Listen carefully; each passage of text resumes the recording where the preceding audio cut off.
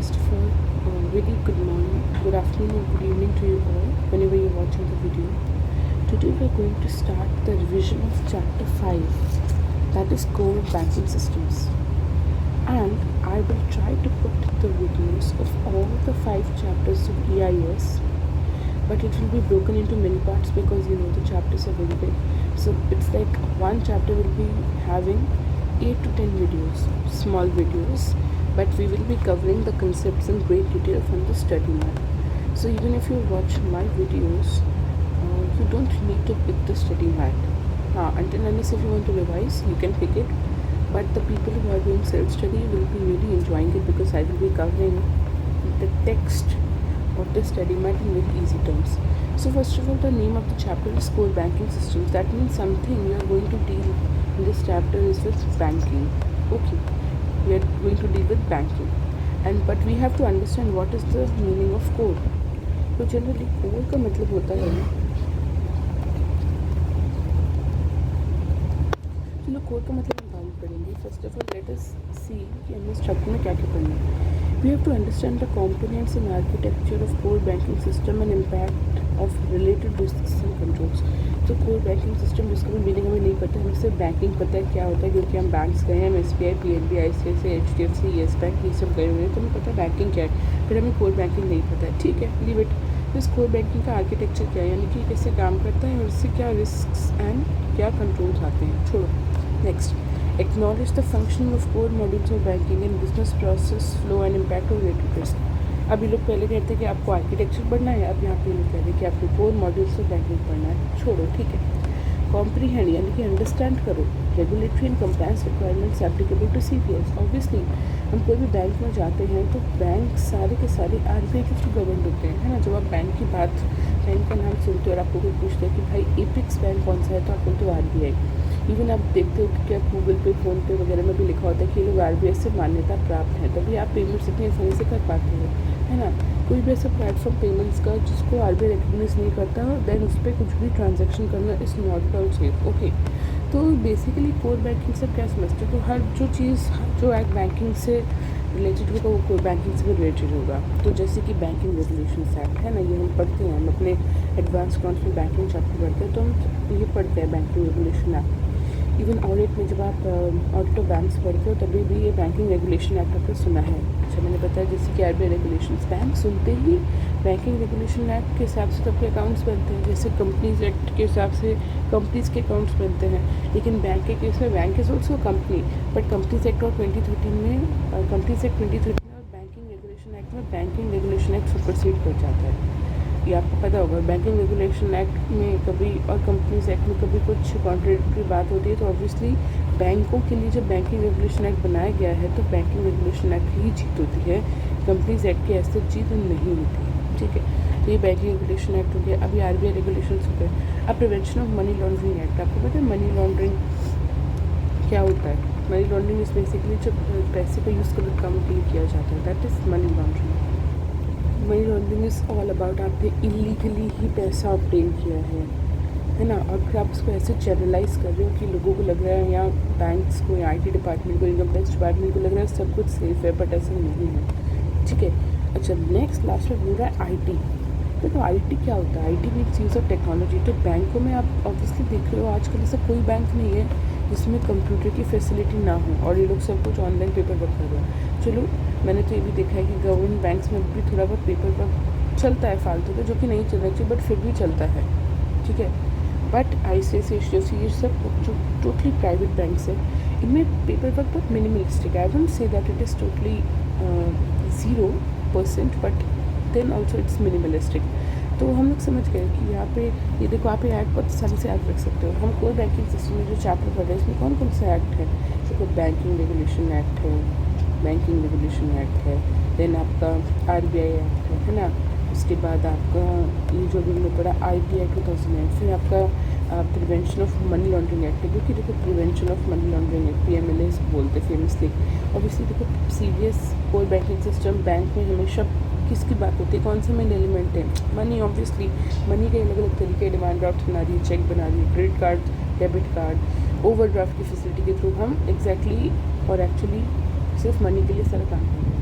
तो इस मनी का गलत यूसेज ना हो जाए, prevention of money laundering act के बारे में अगर पढ़ रहे हैं। ओके, तो आई होप ये आपको चैप्टर का ओवरव्यू मिल गया। अब देखो बहुत ही इम्पॉर्टेंट और पहले 2 क्वेश्चन स्टडी में हम कवर करेंगे, एंड ये सब तो हम बाद में भी देख सकते हैं। जब हम चैप्टर ख़त्म कर देंगे तभी चीज़ ज़्यादा समझ आएगी, पहले तो नहीं समझ आएगी। मैं बता भी दूँगी तो आपको पता चलेगा, you would be just see कि हाँ ठीक है होगा। पढ़ने के बाद will come back to the start.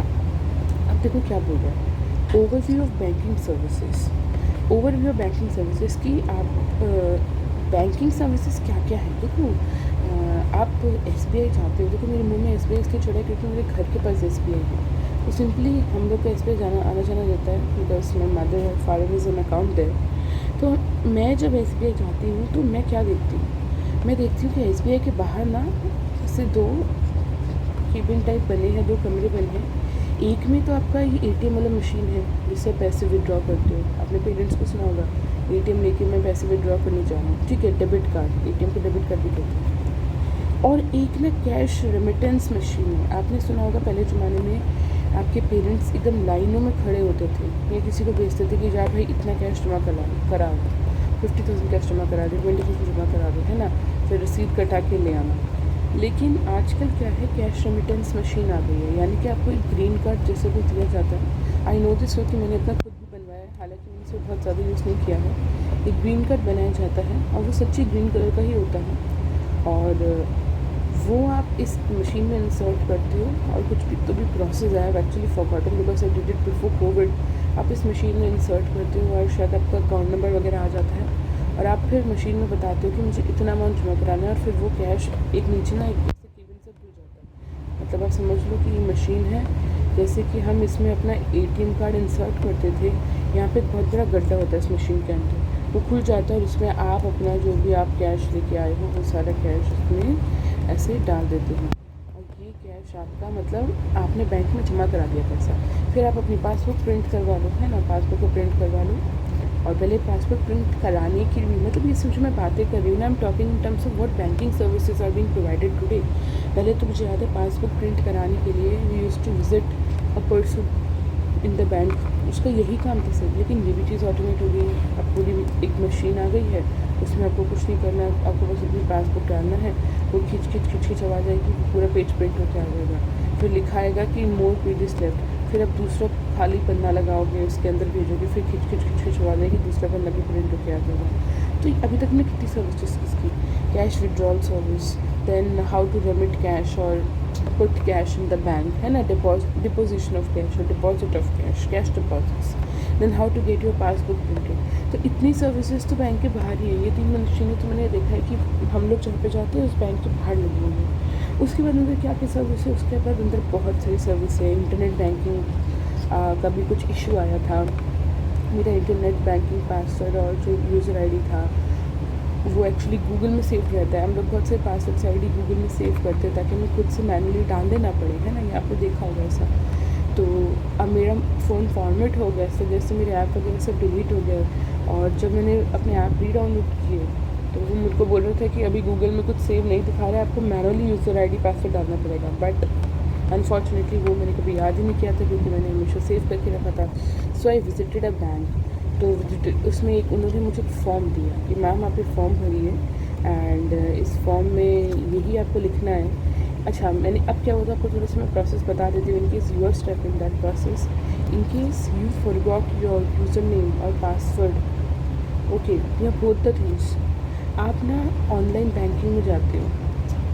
मतलब मैं SBI का स्पेसिफिकली बता सकती हूँ कि SBI का ऐप है योनो SBI या योनो SBI लाइट, और ब्राउज़र में यानी कि आप वेबसाइट पे जाओगे तो वेबसाइट है इनकी online.sbi.com, और इसमें ये सब फॉरगॉटन पासवर्ड वगैरह के ऑप्शंस आते हैं, जिसमें बहुत सारे ऑप्शंस आते हैं कि आप अपना पासवर्ड भूल गए हो तो आप ATM कार्ड के थ्रू जनरेट करवा सकते हो, है ना। और आप बैंक या अगर आपके पास ATM कार्ड नहीं है, जो कि मेरे पास नहीं था, तो आप बैंक की जो ब्रांच है आपके घर के पास उनको बोलो कि वो जनरेट कर दें, तो वो आसानी से कर देंगे। लेकिन उनको बोलने से पहले मुझे अपने सिस्टम से एक रिक्वेस्ट जनरेट करनी थी, तो मैंने रिक्वेस्ट जनरेट की। That request was nothing but I was actually requesting my bank branch to kindly allow me और you please kindly generate a password and a user name for me. तो मैंने एक generate की request और एक ना reference number आ गया। ये रेफरेंस नंबर मैंने SBI में सबमिट किया और उन्होंने एक फॉर्म दिया, वो मैंने भरा। तब बैंक ने फिर बैंक मैनेजर से परमिशन ली। ठीक है, आप ऑडिट में पढ़ते हो कि इंटरनल कंट्रोल्स की हर बंदे की एक लिमिट होती है काम करने की, है ना। बहुत बड़ा काम होगा, कुछ रिस्की होगा तो बैंक मैनेजर की परमिशन लेनी पड़ेगी। Is the supreme person of the bank branch. तो जो भी था मैंने वो रेफरेंस नंबर जनरेट किया, तो वो रेफरेंस नंबर सेम मुझे फॉर्म में भरवाया गया, बाकी डिटेल्स। ये फॉर्म जाके बैंक मैनेजर ने अप्रूव किया कि ठीक है, मैं अपने सबॉर्डिनेट को ये रिस्पॉन्सिबिलिटी और अथॉरिटी देता हूँ कि वो इस पर्टिकुलर कस्टमर का पासवर्ड ID और यूज़र नेम जनरेट कर दे। तो फाइनली उन मैम ने मेरा password ID user name generate कर दिया और फटाफट से मेरी बैंकिंग फिर से एक्टिवेट हो गई। तो कितनी सारी सर्विसेज, और ये तो कुछ भी नहीं है, बहुत सारी सर्विसेज हैं। आपने ATM कार्ड के लिए आपको अप्लाई करना है, वो भी करते हो। हालांकि बहुत सारी चीज़ें इंटरनेट के थ्रू हो जाती हैं, बट फिर भी many people who are not very accustomed and not very comfortable with the online things, they visit the bank. So these are some of the banking services. अब आपको समझ में आ गया, आप कभी भी खुद से EIS पढ़ोगे और ये ओवरव्यू बैंकिंग सर्विसेज देखोगे तो आपको इतनी सर्विसेज याद आ जाएंगी, तो आप कंफ्यूज नहीं होंगे। देखो टुडे सब हम लोग फटाफट से डिस्कस कर लेते हैं। हाँ, okay, see today's India's banks, I think आपको अभी भी विजिबल है। Today India's banks completely compete globally at one level and at the same time provide various banking services to citizens of India staying even at the remotest locations in India. Obviously, banks in India are trying to compete with the banks at the global level. Why? Because some global level banks have entered our country. You would have heard of American Chartered Bank or HSBC Bank, है ना, and or Goldman Sachs, so it's an investment bank. But yeah, these are few examples. So all this has been built over a period of time. Obviously, this took a period of time for banks to compete with the global banks and to provide such world-class services to go to the remote locations. And there are many rural people in rural areas where there is no bank. So banks like SBI, mostly because it's a government bank, it establishes itself in those remote locations. But this has been built over a period of time. It was not a one single activity, and many factors have helped this happen. So key factors that help bank reach this level of services. तो बोले कि bank इतनी ज़्यादा world wide service दे रहा है। Bank क्या दे रहा है? बैंक इतनी ज़्यादा वर्ल्ड वाइड सर्विस दे रहा है, तो कैसे पॉसिबल है? क्या चीज़ें हैं जो इस बैंक को पॉसिबल करती हैं? अब देखो, आंसर करने से पहले एक बात है, देखो जब आप बैंक की बात करते हो, आपको क्या लगता है? बैंक की जो हर चीज़ होती है ना, वो बहुत ज़्यादा RBI और गवर्नमेंट के अंडर होती है। और याद रखो, ऐसा नहीं है कि बैंक अगर प्राइवेट होगा तो RBI को उससे मतलब नहीं है। No, every commercial bank, whether private or public, has to get the permission of RBI before establishing itself, or it has to get a license from RBI. And RBI क्या है? It's government. RBI is a part of government. तो अगर हम आज ये discuss कर रहे हैं कि कैसे पॉसिबल है कि बैंक लोग इतना अच्छा सर्विस दे पा रहे हैं, क्या क्या चीज़ें हैं, तो पक्का यार गवर्नमेंट का सपोर्ट रहा होगा ना, रहा होगा गवर्नमेंट का सपोर्ट। उसके बाद आज हर बैंक में आपको कंप्यूटर्स टेक्नोलॉजी दिखती है, तो IT का सपोर्ट भी रहा होगा। अच्छा, इंटरनेट के बिना काम चलता है? इंटरनेट के बिना कभी बैंक की वेबसाइट खुल जाएगी? नो, इंटरनेट का सपोर्ट रहा होगा।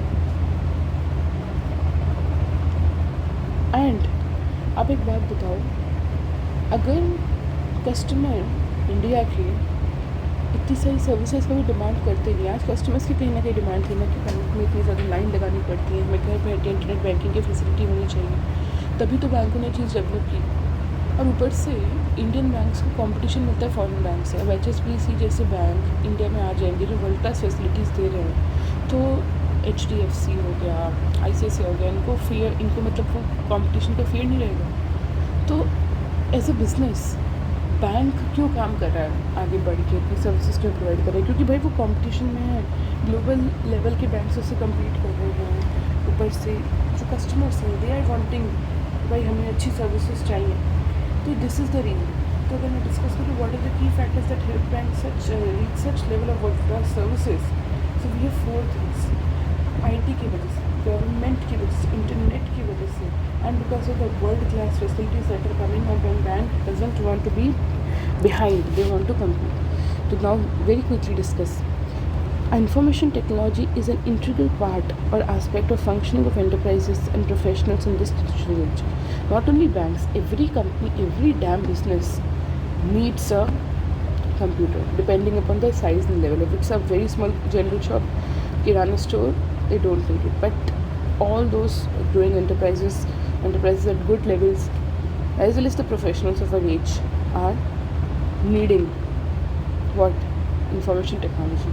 Let's learn this, because these points आ सकते हैं. What are the key factors? Always remember, what are the key factors that helped bank reach this level of service? क्या लिख रहा है? Information technology is an integral aspect of the functioning of enterprises and professionals in this digital age. This has now made banking services increasingly digital. This has now made banking services increasingly digital, with IT playing a very important role.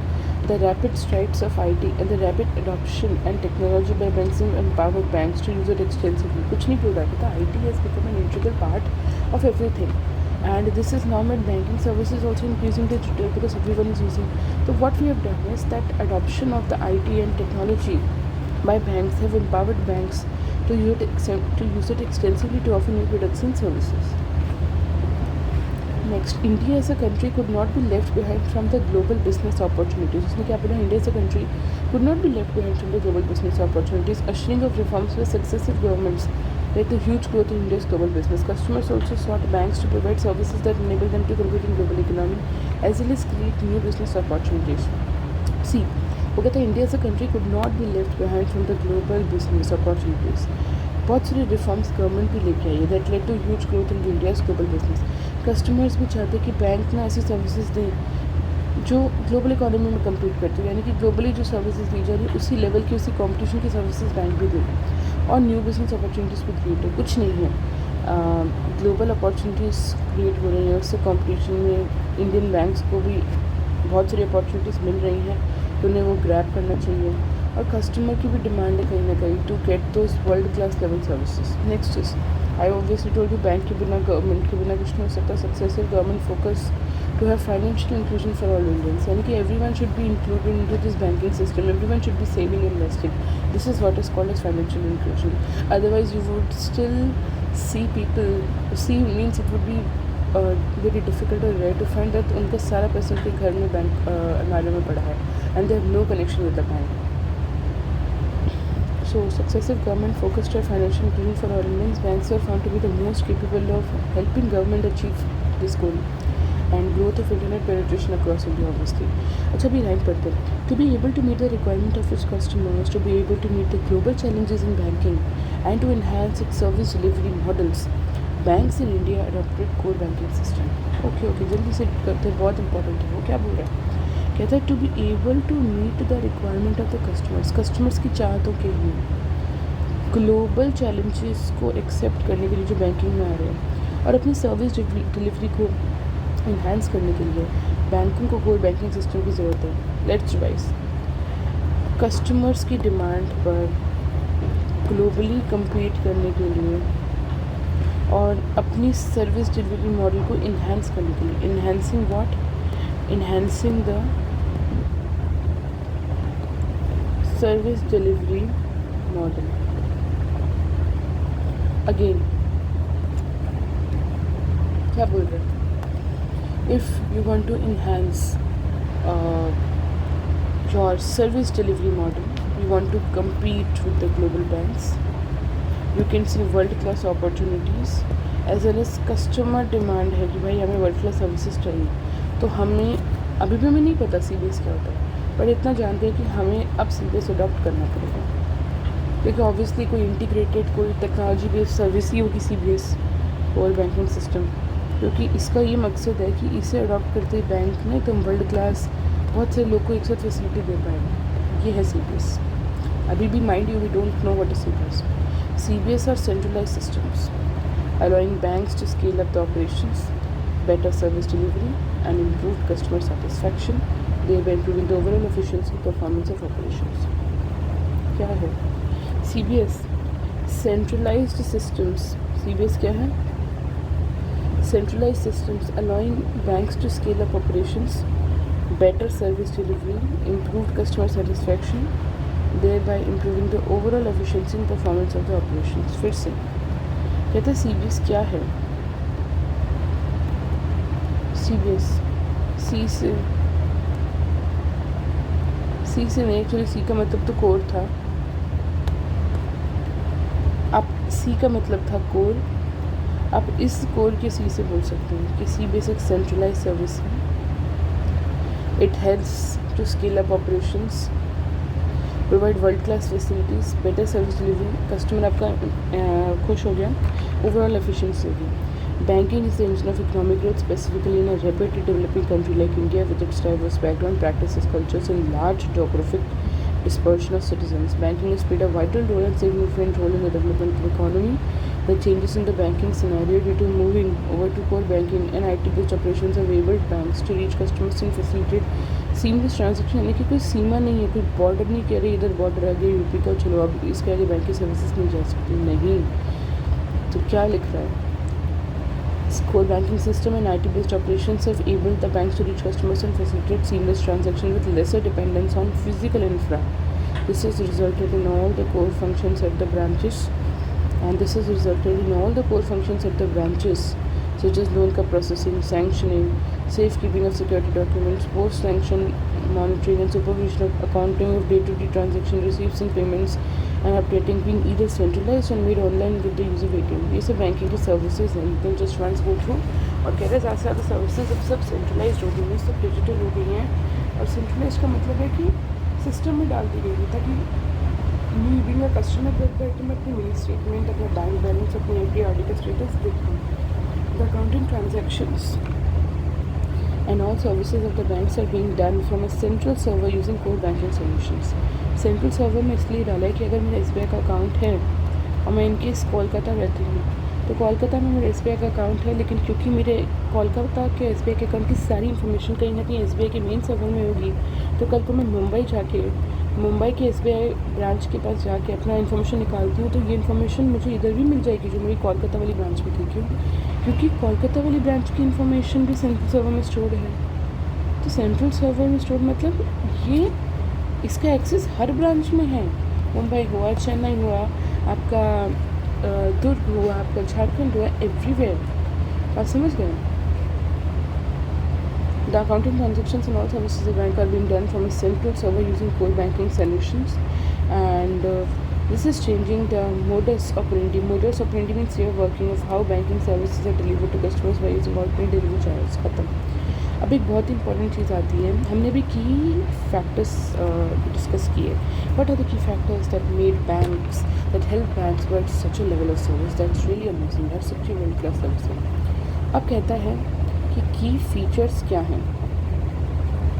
देखो, over your banking services, अभी तक हम banking services में हैं। The core of banking functions is acceptance of deposits. कहता है banking के features क्या हैं। कहता है फीचर्स बाद में छोड़ो, पहले तुम बताओ बैंक के फंक्शन क्या है। बैंक के फंक्शन सिंपल लेमन लैंग्वेज में, अरे भाई हम पैसे जमा कराते हैं, लोन देते हैं। Acceptance of deposits and lending of money which is loan. Further specific services क्या आ गया भाई, डिमांड ड्राफ्ट आ गया, बैंक गारंटी दे देता है बड़े बड़े बिजनेसमैन को। लेटर ऑफ क्रेडिट, आपने नीरव मोदी वाले केस सुना होगा, यस, PNB के through letter of credit, LOC का सारा पंगा हुआ था। तो the key features of banking business क्या है। अब की फीचर्स को ना इसी भाषा में बोलूँ, बैंक की क्या फीचर्स हैं, तो देखो आपकी फीचर्स, आपकी कैरेक्टरिस्टिक्स, आपकी खूबियाँ आपके काम से पहचानी जाती है। तो की फीचर्स यहाँ पे कुछ नहीं है, आप ब्रैकेट में लिख सकते हो functions of bank. Don't write an exam. Write an exam is key features only because that's what has been given in the module. But for you to understand better, कि अच्छा मैं बोलती हूँ कि आपके की फीचर्स क्या हैं, तो आप बोलो कि मैं बहुत जल्दी काम कर लेती हूँ, मैं पढ़ाई में अच्छी हूँ, मम्मी की मदद कर देती हूँ, मैं एक बिज़नेस चलाती हूँ। तो ये आप फंक्शंस करते हो, फंक्शन से फीचर्स बन जाते हैं। तो जो आप करते हो ना वो आपके फीचर्स होते हैं, है ना। तो फंक्शंस ऑफ बैंक। अच्छा, इसमें बहुत बड़ा एक इम्पॉर्टेंट चीज़ है जिससे आपको आंसर फटाफट याद आएगा। हर पॉइंट में ना लार्ज शब्द का आना जरूरी है, लार्ज या वाइड, यानी कि बड़ा से रिलेटेड। देखो, as the custodian, bank is the custodian of large volume of monetary items including cash, बहुत कैश जमा होता है, एंड नेगोशिएबल इंस्ट्रूमेंट। आपने पढ़ा होगा बिल्स ऑफ एक्सचेंज।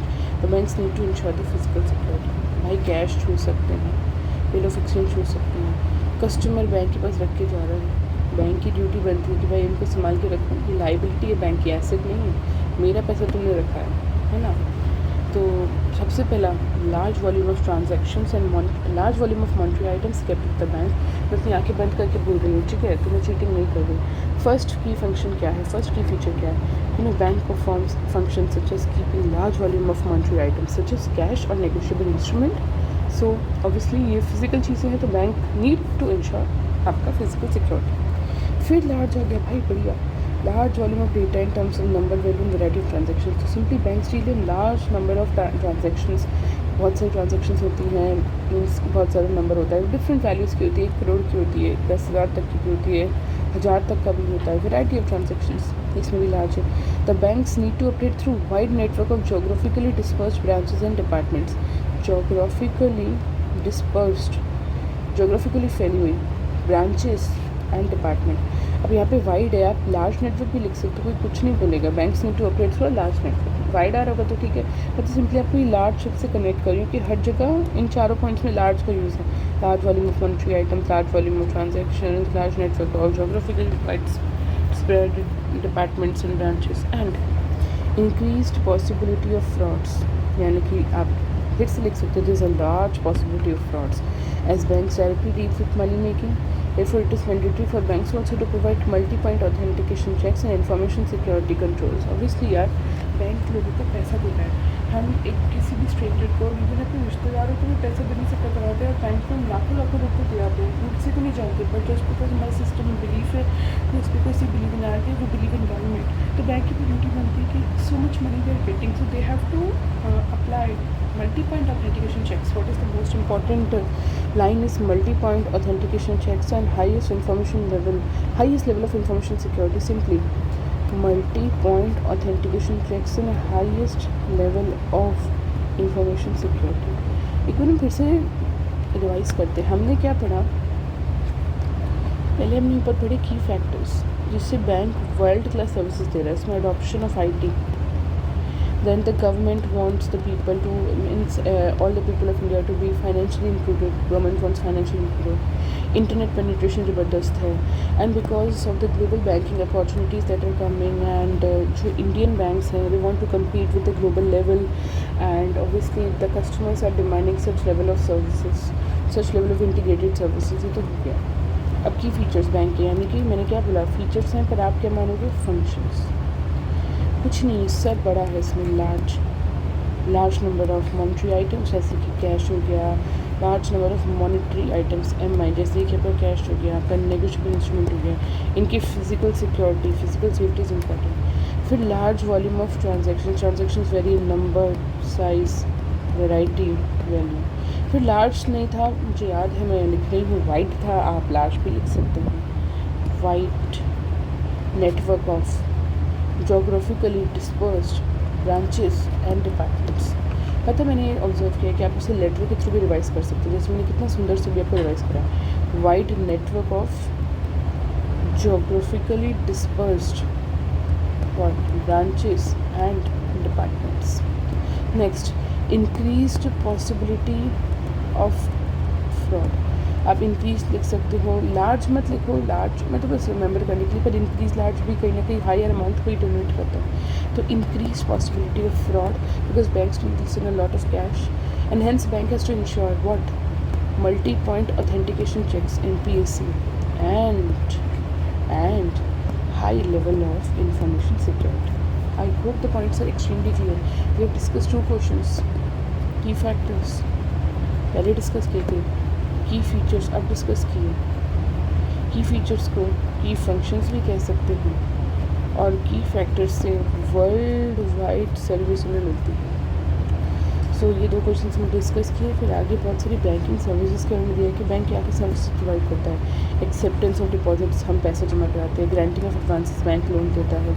रेमिटेंसेज हम देखते हैं ऑनलाइन बैंकिंग के थ्रू हम फंड ट्रांसफ़र कर पाते हैं फटाफट इधर हो गए। कलेक्शंस, बैंक कलेक्ट करता है। कभी कभी आपने सुना होगा, ये आपने 11th स्टैंडर्ड में पढ़ा होगा, बैंक से आपके चेक कलेक्ट करके क्लियर करवाता है, क्लियरिंग हो जाता है, बोलते हैं ना चेक क्लियरिंग के लिए डाल दीजिए।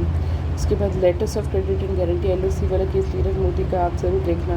बैंक गारंटी दे रहा है एक बिजनेसमैन को कि तुम इस वाले बिजनेसमैन की बात में भरोसा करो और बिज़नेस इससे कर लो, मैं गारंटी देता हूँ। क्रेडिट कार्ड मिलते हैं, डेबिट कार्ड आप देखते हो कि कुछ बैंकों में, मतलब recently I received my chip वाला डेबिट कार्ड फ्रॉम SBI। तो इट इज़ लाइक कि बैंक ये सब भी चीज़ें ध्यान रखते हैं, ऑटोमेटिकली उनको पता चला कि अभी EMV चिप्स वाले डेबिट कार्ड चलेंगे तो वो खुद ही भेज देते हैं। अदर बैंकिंग सर्विसेज में आपको क्या बता रहे, H9 high net worth individuals, Ambani जैसे लोग, है ना, इन लोग का इतना ज़्यादा पैसा है तो ऑब्वियसली अब Mukesh Ambani never go to bank, I feel this, है ना। हाँ, हो सकता है उनके कोई एजेंट वगैरह, बट वो भी रेयर है भाई, बैंक उनके घर आता है, यानी कि जितना मुकेश अंबानी का नेटवर्क है उतने तो शायद एक आज बैंक का भी पूरा नेटवर्क होगा। तो ऐसे कस्टमर्स को डील करने के लिए obviously bank has to come on the footsteps. तो हाई नेटवर्क इंडिविजुअल्स, अच्छा बैक ऑपरेशंस, जो बैंक के पीछे ऑपरेशन होते हैं। रिटेल बैंकिंग आप ना कहीं लिखना मत, बट फ्रंट एंड ऑपरेशंस होते हैं, है ना, क्योंकि यही फ्रंट में रिटेल में कस्टमर से डील करना बहुत सरल। स्पेशलाइज्ड सर्विसेज, बैंक आपको लाइफ इंश्योरेंस देता है, लोन देता है, अंडर राइटिंग यानी कि बैंक पहले भी क्रेडिट वर्दीनेस चेक करता है लोन वगैरह देने से पहले, ठीक है। लाइफ इंश्योरेंस भी बहुत सारे बैंकों ने टाई अप कर लिया है ना। जैसे HDFC का अर्गो आता है, ये मेडिकल इंश्योरेंस है एक्चुअली, ठीक है। तो ऐसे लाइफ का मैंने भी एग्जैक्टली कभी ली नहीं है, I have taken from LIC, so I don't know much, but होगा, ऑब्वियसली होगा। नॉन लाइफ यानी कि जनरल इंश्योरेंस, जैसे कि मैंने अभी बताया HDFC अर्गो का हेल्थ केयर का होता है, मेडिक्लेम फैसिलिटी होती है ना। तो अभी हम लोग डिटेल में सारी बैंकिंग की सर्विसेज पढ़ेंगे, तो ये आ सकता है बैंकिंग एंड फाइनेंस सर्विसेज की। Right a short note on the different services. देखो, some of the major products and services provided and rendered by commercial banks which constitute core banking services. तो there could be a question that enlist और explain some products and services which are being provided by the bank. तो ये सब आपको लिखना पड़ेगा। Next video में discuss करेंगे ये सारी सर्विसेज, और कोई क्वेश्चन होगा तो वो भी डिस्कस करेंगे। नेक्स्ट क्वेश्चन क्या मिल रहा है, अच्छा नेक्स्ट क्वेश्चन तो अब हम फुल फ्लेजेडली कोर बैंकिंग पे उतरने वाले हैं। Overview of core banking system, ठीक है। कोर बैंकिंग मैंने बोला था, इस C का क्या मतलब है, सेंट्रलाइज्ड। हालांकि ये पूरे कोर का कुछ ना कुछ मतलब है, बाद में पढ़ेंगे, अभी दिमाग नहीं लगाना है। तो मज़ा आएगा, चैप्टर ईजी है, इंटरेस्टिंग है, और काफ़ी कुछ बैंक के बारे में है ना। तो अच्छे से सीखो, बैंक ऑडिट में भी जाओगे तो थोड़ा बहुत इन्फॉर्मेशन, ऑब्वियसली ऑडिट नहीं है ये, बट कहीं ना कहीं बैंक के बारे में पता ही चलता है, कितनी सारी सर्विसेज पता चली। तो आप बैंक ऑडिट में आर्टिकल में जाओगे तो आपको आइडिया होगा, अच्छा इतनी सारी सर्विसेज बैंक देता है, तो मैं किस किस एरिया में हम ऑडिट पॉसिबली कर सकते हैं, किस किस एरिया में पोटेंशियल मिसटेकमेंट का चांस है। So I hope you really like the session and do give your support and kindly share this video. Thank you so much.